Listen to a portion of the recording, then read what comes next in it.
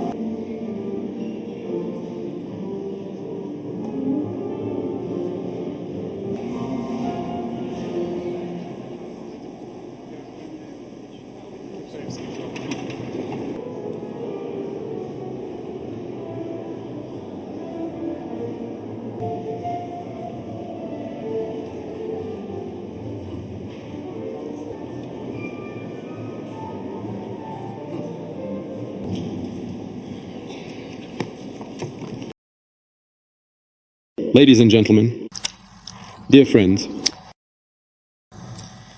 first of all, I warmly welcome and thank you, our reliable friends and partners.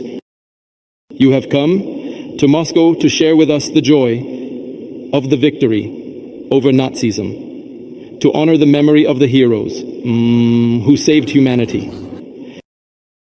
May 9th is a sacred date for our multinational people. In the defeat of Nazism, the decisive role belonged to the Soviet Union. This is the historical truth that no one can silence, falsify, or take away. Our fathers, grandfathers, and great-grandfathers performed a feat whose greatness will never fade.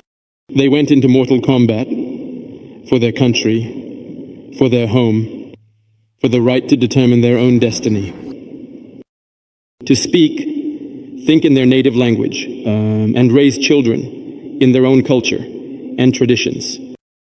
We will not forget our allies and comrades in the sacred struggle about the fact that victory was achieved through the collective efforts of the peoples of Europe, the USA, Africa, Latin America, and the Asia-Pacific region. The unity, will, and courage of the soldiers and officers of the anti-Hitler coalition, resistance fighters, and participants in national liberation movements, partisans, and underground fighters. May 1945 paved the way for a new architecture of global security, leading to the creation of a key international institution, the United Nations. Our duty to the generation of victors is to fully utilize its enormous potential. I repeat, today, as a more just world order is being established, the demand for and significance of the UN are once again increasing.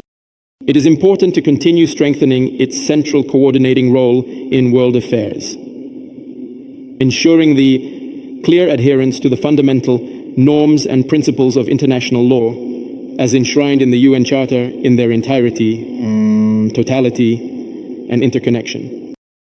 This was particularly discussed at last year's BRICS summit in Kazan, which was attended by many of the delegation heads present here.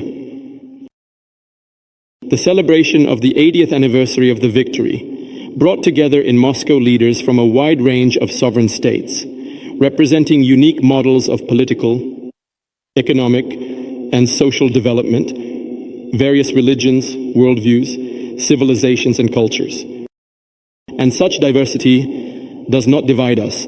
On the contrary, it enriches us and makes us stronger, because our relationships and joint work are based on common values and aspirations.